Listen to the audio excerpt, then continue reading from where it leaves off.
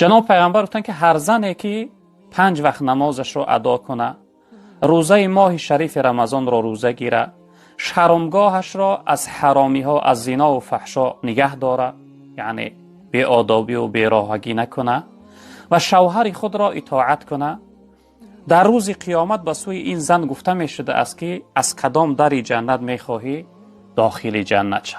یعنی چنین درجه عالی براش داده می شده است که ای زنی که 5 وقت نماز می خواندی، روزه رمضان روزه داشتی، شرمگاه تا از حرامی ها نگه داشتی و شوهر تا اطاعت کردی، از کدام در جنت می خواهی که داخل جنت شو. ببین خواهر محترمه که اطاعت شوهر در برابر امرهای فرض هست. نماز خواندن فرض است، روزه گرفتن فرض هست، از حرامی ها خود را معن داشتن، نگه داشتن فرض است.